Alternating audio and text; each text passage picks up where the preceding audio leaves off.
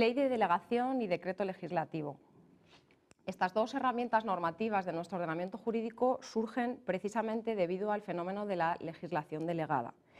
La legislación delegada está regulada en nuestro ordenamiento jurídico en los artículos 82 a 85 de la Constitución Española de 1978. Podríamos, de alguna forma, definir el fenómeno de la delegación legislativa como aquel acto dispositivo mediante el cual un sujeto, fundándose en su propia competencia, en este caso sería el Parlamento, fundándose en su propia competencia, es decir, la potestad legislativa, determina en ese acto de disposición sobre su competencia atribuir a otro poder la capacidad de obtener regulación sobre esa misma competencia con la misma legitimidad y eficacia que si hubiese sido el titular de la misma. Y las características, los límites formales y materiales de este acto dispositivo se contienen precisamente en esa ley de delegación, que es la herramienta que va a, de alguna forma, establecer la hoja de ruta para regular en el aspecto material y en el aspecto formal ese acto de delegación. Pues bien, este fenómeno de la delegación tiene dos herramientas, como hemos dicho. Por una parte, la ley de la delegación y por otra parte, el resultado o fruto de esa delegación, que es el decreto legislativo. Es decir, el artículo 82 de la Constitución Española establece que el Parlamento podrá delegar en el Gobierno la facultad de dictar normas con rango de ley. ¿Cuál es el origen de la legislación delegada? El origen de la legislación delegada, de alguna manera, podemos encontrar en los textos del constitucionalismo histórico que ya se regula por primera vez en la Constitución Estatuto Real de 1834, se hace referencia y se habla de una especie de procedimiento de autorización legislativa al Gobierno. Con posterioridad, en la Constitución de 1876 se utiliza esta técnica de legislación delegada, pero no tiene apenas regulación, límites ni control. La época de mayor esplendor, quizá podríamos decir, puesto que el ejemplo lo va a dar el Código Civil, es la época de la Restauración, en la que el fenómeno de la delegación legislativa tiene su máximo esplendor a través precisamente del decreto legislativo del Código Civil, que surge como decreto legislativo de texto refundido en 1888 y que procede de una ley de bases. Tendremos que analizar que con posterioridad la Constitución de 1931 de la Segunda República también recoge en su artículo 61 este fenómeno de delegación legislativa, haciendo referencia a una serie de pautas ya de limitación en cuanto a restricciones materiales y formales para poder ejercitar una adecuación al máximo entre el fenómeno de delegación legislativa y el resultado del mismo o decreto legislativo.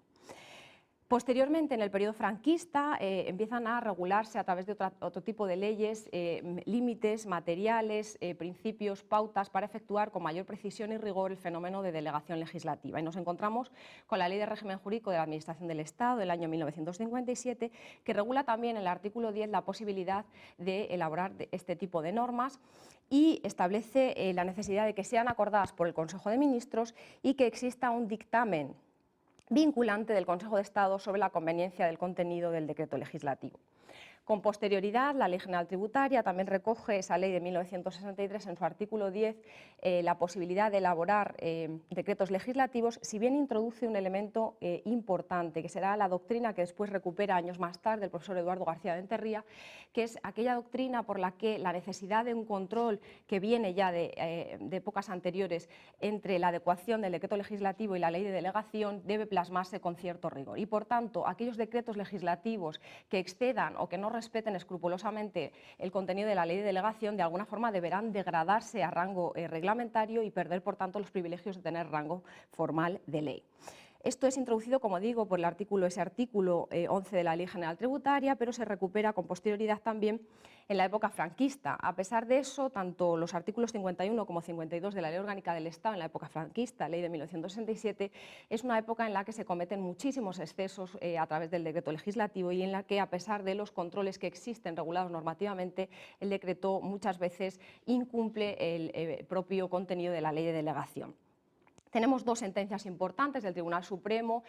también preocupadas acerca de este control del decreto legislativo y su adecuación. Una del año 69, la sentencia del Tribunal Supremo de 23 de mayo de 1969, que establece la necesidad, en los supuestos de infracción del procedimiento o de falta de adecuación entre el decreto legislativo y la ley de delegación, la necesidad de degradación de rango, pero si bien se aplica en este momento tan solo para los decretos legislativos de texto refundido. Habrá que esperar a otra sentencia del 6 de julio del año 1970, 1977 también del mismo órgano, del Tribunal Supremo, para hacer ampliable este control y, por tanto, degradación de rango,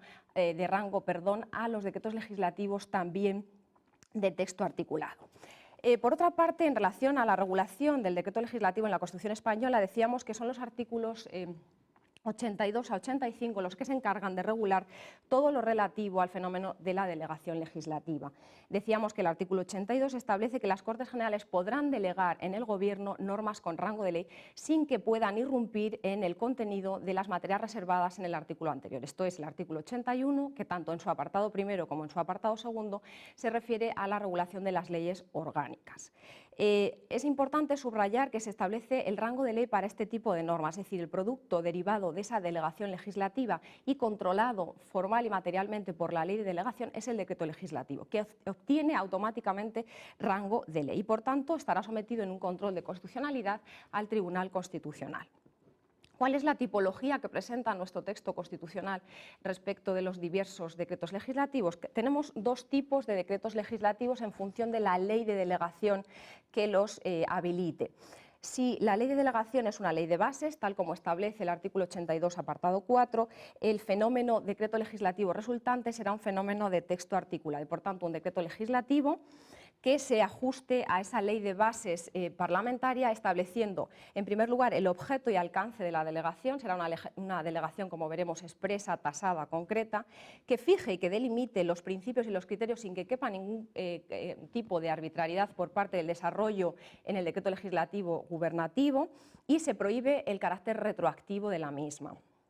Pero si por el contrario nos encontramos frente a un decreto legislativo que procede de una ley de delegación ordinaria de refundición, el resultado será otro tipo distinto de decreto legislativo, y este decreto legislativo, también llamado de texto articulado, podrá, según el artículo 82.5 de la Constitución española, ser de dos tipos. Si el texto resultante es una mera formulación de un texto único que pretende articular, sistematizar, ordenar una serie de disposiciones legislativas existentes, en este caso sí con carácter retroactivo, a diferencia del supuesto anterior, hablaremos de un tipo de decreto legislativo de texto refundido. Mientras, si por el contrario se permite, como muy bien dice el texto constitucional, regularizar, aclarar o armonizar, en este caso, en la medida en que existe una cierta capacidad de innovación por parte del Gobierno, se habla de un decreto legislativo de texto refundido con una quizá mayor capacidad de creación, entre comillas, si bien tasada, por supuesto, en todos los aspectos, como veremos a continuación, por la ley de delegación.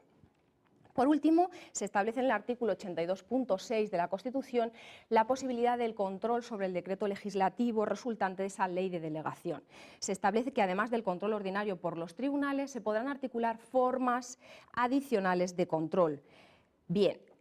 ¿cuáles son las normas, podremos decir, generales, derivadas, desprendidas de este artículo 82 a 85 en la aplicación de los decretos legislativos? Por una parte, hemos dicho que la delegación ha de hacerse siempre por ley. No cabe que ese fenómeno delegativo utilice una norma de distinto rango. En segundo lugar, se debe otorgar al Gobierno y en ningún caso con carácter subjetivo a un ministro, a un miembro a título individual,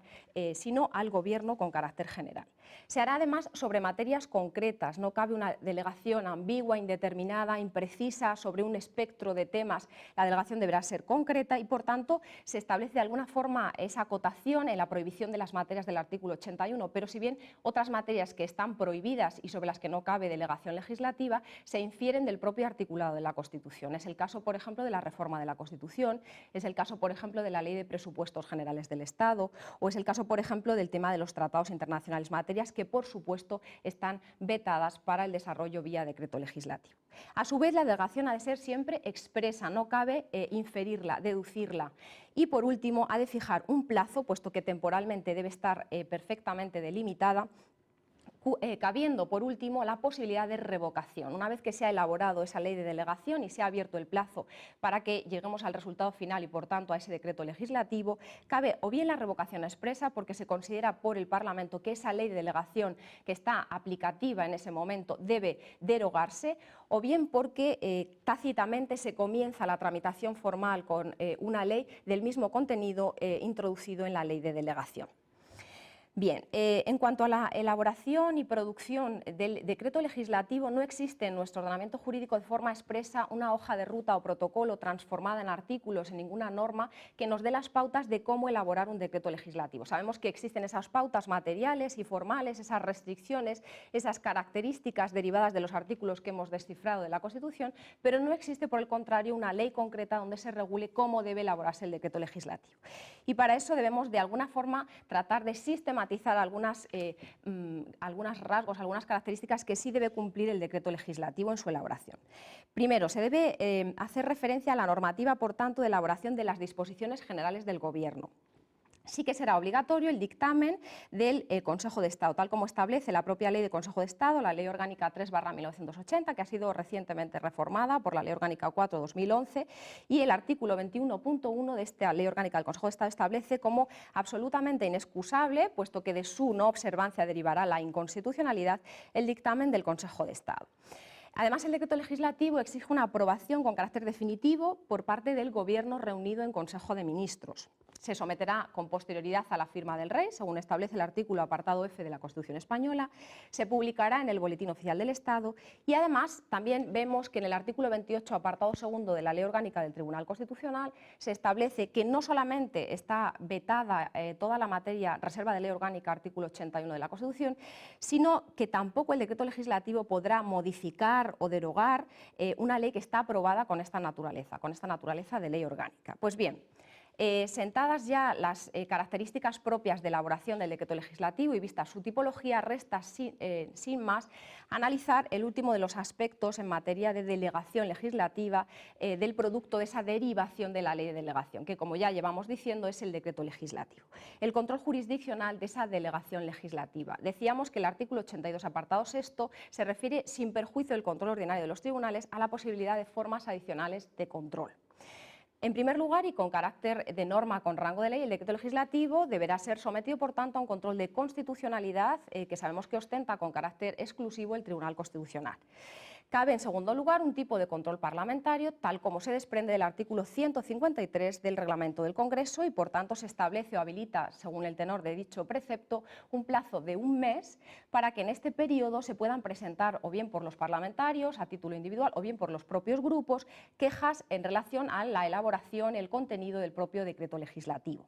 En caso de que no se presentase ninguna queja, automáticamente queda confirmada la validez y plena aplicabilidad del mismo. Pero si se presentasen quejas, se recogerán a través de la mesa, que las canalizará la comisión competente por razón de la materia para que elabore el correspondiente dictamen y se debata el mismo en el Pleno. Y por último, se plantea el problema de la doctrina de los ultravires en cuanto al control jurisdiccional de aquellos decretos legislativos que excedan de forma manifiesta, flagrante y evidente el contenido de la ley de delegación y, por tanto, de una forma sencilla y directa se perciba esa falta de adecuación entre la ley de delegación y su resultado o producto final, que es el decreto legislativo. En este caso, la doctrina de los ultravires, de alguna forma estructurada por el profesor García de Enterría, plantea la necesidad de degradar a rango reglamentario ese decreto legislativo que es fruto de una extralimitación con relación a la ley de delegación y, por tanto, ese reenvío recepticio implicaría que su control automáticamente pasaría a permitir la inaplicación por el Tribunal Ordinario de un decreto legislativo que adquiere ese rango reglamentario porque, por el hecho de ser ultravires, excede o extralimita la ley de delegación. En cualquier caso, vemos que se están mezclando aspectos de eficacia y de validez, que son dos grandes parámetros en el análisis del control jurisdiccional de la norma. Podemos ver que la evolución en este sentido de un aspecto doctrinalmente disperso y divergente, y sobre que incluso el Tribunal Constitucional no ha tenido siempre la misma opinión, hemos encontrado con una línea argumental inducida de la propia jurisprudencia del Tribunal Constitucional que, por una parte, demuestra que en un primer momento, y así sentencias, por ejemplo, 2982 o 5182 del Tribunal Constitucional, entienden que es competencia del propio tribunal el control de la constitucionalidad de estos decretos legislativos ultravires a través de la cuestión de inconstitucionalidad, tal como reconoce el artículo 163 de la Constitución española y el 27.2b de la Ley Orgánica del Tribunal Constitucional. Pero nos encontramos con posterioridad sentencias como la 4784 en la que el Tribunal Constitucional reconoce la competencia a la jurisdicción ordinaria sobre estos decretos legislativos ultravires. No obstante, Tiempo después, el auto 6983, nos encontramos que es rechazado por el Tribunal Constitucional una cuestión de inconstitucionalidad por entender que es la jurisdicción la que debe, sin más, inaplicar el decreto legislativo ultra vires, aplicando esa doctrina García de Enterría de la degradación de rango y, por tanto, de reenvío recepticio. En cualquier caso, observamos que es un tema doctrinalmente no convergente, pero que en cualquier caso la premisa o punto de partida es que, en función del artículo 82 de la Constitución, que atribuye rango de ley a los decretos legislativos, en principio y con carácter directo cabe, sin más, el control de constitucionalidad por el máximo intérprete de la Constitución y el que ostenta el monopolio absoluto de este control de constitucionalidad, que es el Tribunal Constitucional.